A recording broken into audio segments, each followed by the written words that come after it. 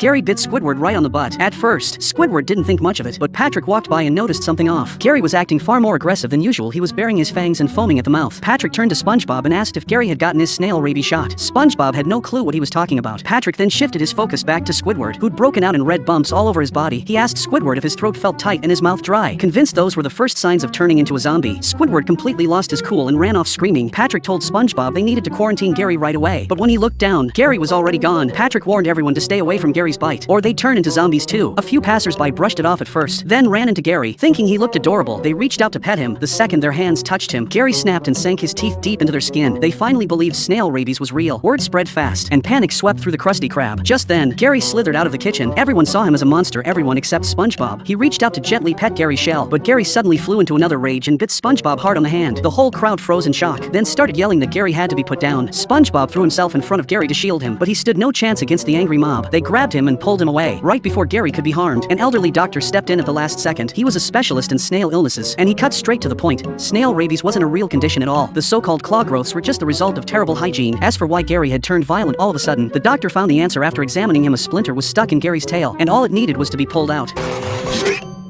I'm sure this was causing him distemper, making for serious grouchy snail-itis.